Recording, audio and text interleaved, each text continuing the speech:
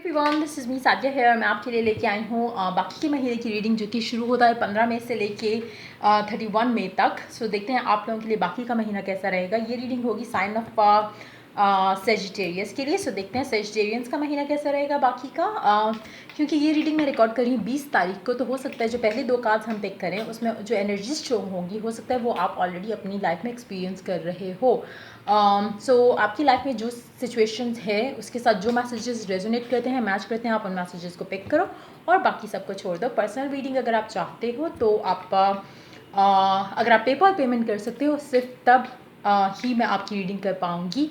अगर आप किसी और मोड ऑफ पेमेंट के थ्रू पेमेंट करना चाहते हो तो मैं फ़िलहाल कोई और मोड ऑफ पेमेंट जो है उस पर रीडिंग्स एक्सेप्ट नहीं कर रही या रिक्वेस्ट एक्सेप्ट नहीं कर रही।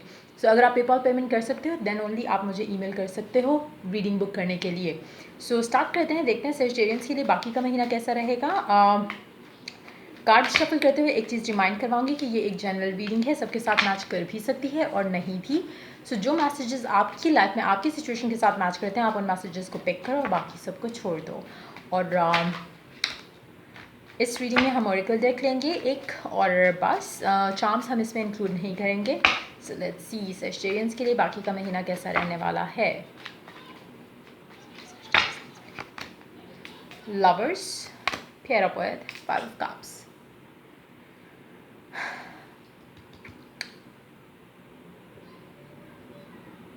आपको कुछ चॉइसेस बनानी होंगी इस टाइम में, जो कि कहीं ना कहीं हो सकता है कुछ लोगों के लिए लव लाइफ से रिलेटेड चॉइसेस हो, कुछ लोगों के लिए हो सकता है कि चॉइसेस इनकी लाइफ का एक हिस्सा हो जो आपको किसी भी लाइफ के एरिया में बनानी पड़े, लेकिन डेफिनेटली उसका लव लाइफ पे हल्का फुल्का थोड़ा बहुत असर ज़रूर होगा।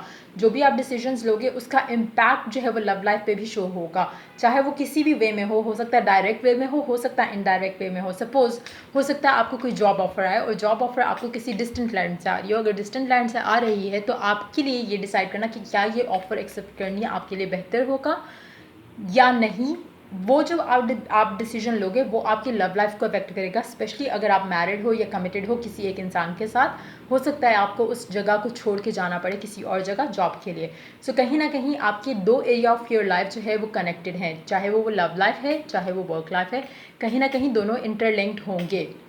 जो भी डिसीजन आप ले रहे हो उसमें आपके दो एरियाज ऑफ लाइफ कनेक्टेड होंगे, चाहे वो घर की लाइफ हो आपकी या आपकी पर्सनल लाइफ हो, लव लाइफ हो, चाहे आपकी काम की लाइफ हो, कैरियर को लेके आपके कोई डिसीजंस हैं। जो भी आप डिसीजन इस टाइम में लोगे वो कहीं ना कहीं आपके एक और एरिया ऑफ लाइफ से कनेक्टेड होगा। सो मुझे लगता है कि एक तरफ आपको खुशी मिलेगी उस डिसीजन से और एक तरफ आप थोड़ा अपसेट होगे।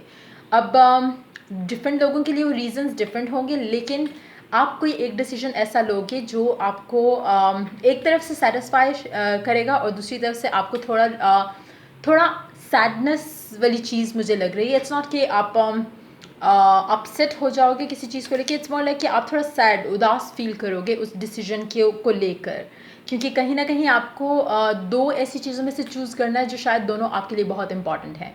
हो सकता है कि आपने कोई लव लाइफ से रिलेटेड डिसीजन लेना है, हो सकता है आपकी शादी हो रही है और आपको अपना घर छोड़ के आपको अपने इन लॉज के घर जाना है। सो हो सकता है कि कुछ इस तरह के मामला हों कुछ लोगों के लिए, जहाँ पे नो डाउट आपको इसकी खुशी है कि आप अपने इन लॉज की तरफ जा रहे हो, बट इसका थोड़ा अफसोस भी है कि आपको आपका घर छोड़ के जाना है। सो मतलब कुछ नेगेटिव नहीं है, जस्ट दैट कि एक डिसीजन ऐसा लेना है जो कि मुश्किल है आपके लिए इस टाइम पे लेना। वो डिफरेंट लोगों के लिए डिफरेंट हो सकता है। देखते हैं और क्या है cards. S of pentacles, pair of earth, four of pentacles. Underneath the deck you do have Page of Pentacles, underneath that the Death, underneath that the Tower, underneath that the Two of Swords. मुझे लग रहा है जो भी decision है आपका, ये decision आपके लिए मुश्किल नो डाउट है, लेकिन ये ऐसी चीज़ है जो आपने काफ़ी टाइम से आप चाह रहे थे कि हो जाए, और अब जब वो हुई है तो उसमें कोई टर्म्स एंड कंडीशंस ऐसी आ रही हैं जो कि आप करना भी चाह रहे हो और नहीं भी करना चाह रहे। सो हो सकता है कुछ लोगों के लिए कुछ ऐसा होगा कि जो टर्म्स एंड कंडीशंस आपको ऑफर किए जा रहे हैं आप उनसे खुश नहीं हो। सो इवन दो आप जो चाहते थे वो आपको मिल भी रहा है, लेकिन कहीं ना कहीं वो इस तरह से मिल रहा है जिसमें आप खुश नहीं हो। सो इसलिए आप थोड़े इनडिसाइसिव हो जाओगे कि मुझे ये एक्सेप्ट करना है या नहीं करना, इसलिए आपके लिए चॉइस करना मुश्किल होगा।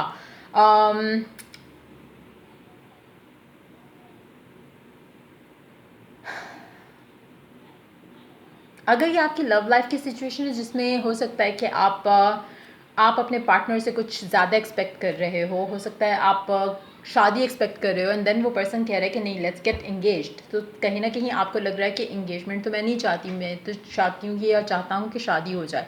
सो कहीं ना कहीं जो आप एक्सपेक्टेशन आप लगा के बैठे हुए थे उससे कम की ऑफ़र है, चाहे वो लव लाइफ में है, करियर में ही है, जिसमें भी, और इसीलिए आप थोड़े इनडिसाइसिव हो इस ऑफ़र को लेके, इस अपॉर्चुनिटी को लेकर। लेकिन आई थिंक कि इतना मुश्किल नहीं है डिसाइड करना जितना आपने इसे बना दिया है। और क्यों बनाया, लेट्स फाइंड आउट। देखते हैं ऐसा क्यों है जो आप इतना ज़्यादा अपसेट हो या इतना ज़्यादा सैड फील कर रहे हो इस डिसीजन को लेके। What is it that's making you sad right now, और आप अपने आप को रोक रहे हो डिसीजन लेने के लिए। खुश भी हो नहीं भी हो। एरोफांस, किंग ऑफ कप्स, जजमेंट। कुछ लोगों के लिए ये भी हो सकता है कि जो भी आप चीज़ चाह रहे हो वो जिस वे से आपको मिलेगी वो शायद आप रेडी नहीं हो एक्सेप्ट करने के लिए। जैसे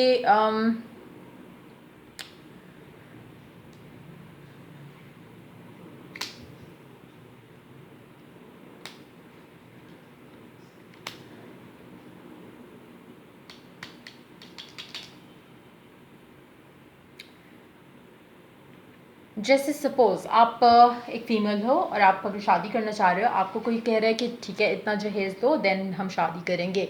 मतलब एक थोड़ी उस तरह की क्यों चीज़, मतलब इतना नेगेटिव नहीं होगा कि जहेज़ मांग रहे हैं वो लोग, उस तरह से नहीं होगा। लेकिन कुछ टर्म्स एंड कंडीशंस आ रही हैं। हो सकता है कि आप फाइनेंशियली स्टेबल होना चाह रहे हो, लेकिन आप फाइनेंशियली स्टेबल होने के लिए आपको किसी और की हेल्प की ज़रूरत है। तो वो जिसकी आपको हेल्प की ज़रूरत है आप उसकी हेल्प लेना भी नहीं चाह रहे। इस तरह की कोई सिचुएशन हो सकती है बीच में जिसकी वजह से आप इनडिसाइसिव हो। मतलब जो चीज़ आपने चाही थी, मांगी थी, वो आपको मिल रही है, लेकिन उसका आपको किस तरह से मिल रही है वो चीज़ आपको इतनी पसंद शायद नहीं आ रही। सो उसकी वजह से आप थोड़े इनडिसाइसिव हो। ओरेकल कार्ड लेते हैं, देखते हैं ओरेकल क्या ऐड करते हैं ताकि पिक्चर थोड़ा और क्लियर हो कि आपकी किस लाइफ में इस तरह का डिसीजन आपको लेना, किस एरिया ऑफ योर लाइफ में आपको इस तरह का डिसीजन लेना पड़ रहा है जो कि आपको डिसीजन लेना भी है और देन आप जो ले रहे हो डिसीजन उससे आप इतने खुश भी नहीं हो। शादी, वेडिंग का कार्ड आया है। This situation involves marriage.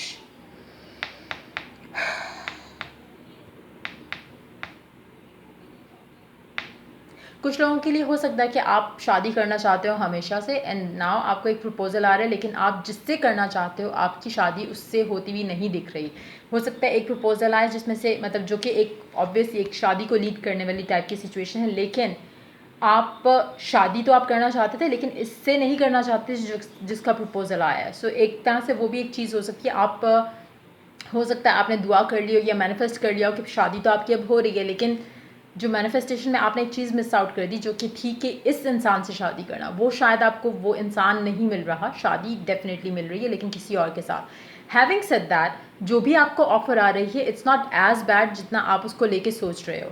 सो कहीं ना कहीं आप ज़्यादा ओवर रिएक्ट कर रहे हो उस चीज़ को लेके, उस ऑफर को लेके, उस डिसीजन को लेके भी, क्योंकि सिचुएशन इतनी बुरी नहीं है। जैसा मैंने ये जहेज़ वाली भी बात की, सिचुएशन उतनी बुरी नहीं है। जैसे जहेज़ की सिचुएशन में तो होता है आपको एक गंदी फीलिंग आएगी कि अगला बंदा कह रहा है कि शादी करनी है तो इतना मुझे पैसे दो या इतना मुझे जहेज़ चाहिए ना, वो तो एक नेगेटिव उसमें चीज़ आ जाती है। इट्स जस्ट दैट कि इतनी नेगेटिव सिचुएशन नहीं है जितना आप उसको ले रहे हो नेगेटिव।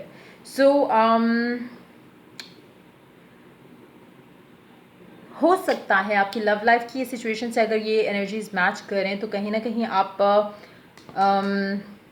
आप जिनसे शादी करना चाहते थे किसी और का प्रपोजल आ गया है और अब आपको डिसाइड करना है कि आपने शादी करनी है या नहीं।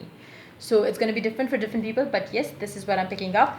सो अगर आप इस तरह की किसी सिचुएशन में फंसे हो और आपको जानना है कि आप किस तरह से इसमें से निकल सकते हो तो you can always reach out to me for personal reading.